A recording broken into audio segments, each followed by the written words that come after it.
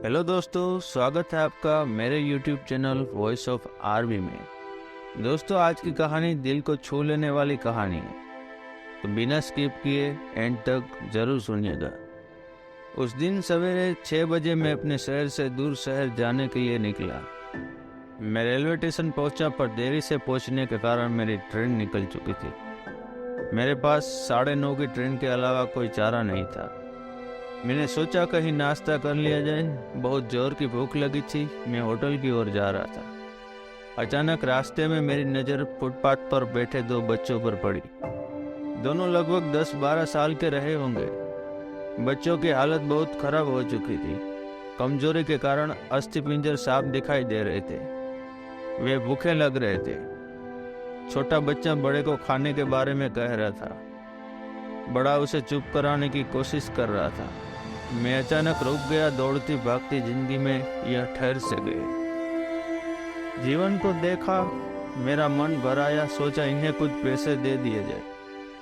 मैंने उन्हें 10 रुपये देकर आगे बढ़ गया। तुरंत मेरे मन में एक विचार आया, कितना कंजूस हूँ मैं। 10 रुपया क्या मिलेगा, चाय ढंग तक न मिलेगी। स्वयं पर शर्म आई। फिर वापस लौटा। मैंने बच्चों से कहा, कुछ खाओगे? बच्चे थोड़े असमंज में पड़े। मैंने कहा, बेटा मैं नाश्ता करने जा रहा हूँ, तुम भी कर लो। ये दोनों भूख के कारण तैयार हो गए। उनके कपड़े गंदे होने से होटल वाले ने डांट दिया और भगाने लगा। मैंने कहा, भाई साहब, उन्हें जो खाना है वो उन्हें दो, पैसे मैं दूंगा।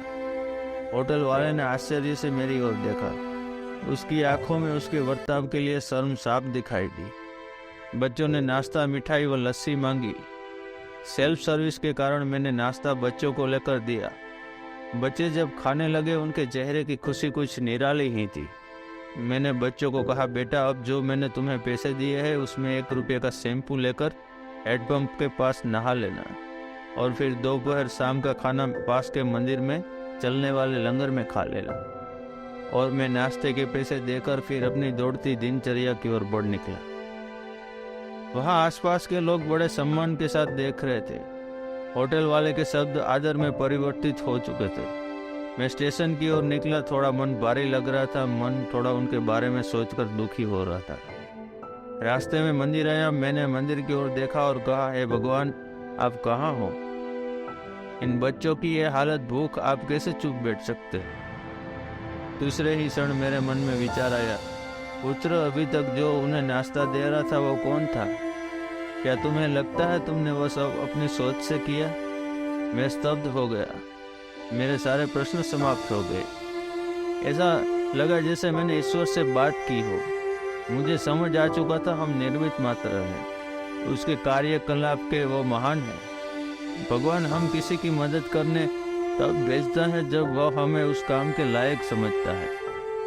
किसी मदद को मना करना वैसा ही है जैसे भगवान के काम को मना करना।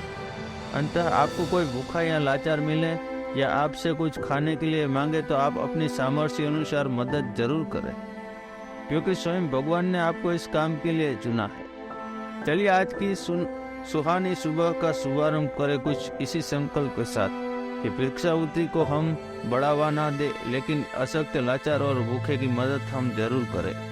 ईश्वर से प्रार्थना हमें सद्बुद्धि प्रदान करे और इस लायक बनाए। हम बदलेंगे, युग बदलेगा। हम सुधरेंगे, युग सुधरेगा। पहले अपना आप सुधारो, आओ यारो, मिलजुल कर हम मानवता का रूप निखारे। तो दोस्तों, ये थी आज की कहानी। आपको कैसी लगी हमें कमेंट करके ज़रूर बताइए और चैनल पर नए हैं तो चैनल को सब्सक्राइब करें। धन्यवाद।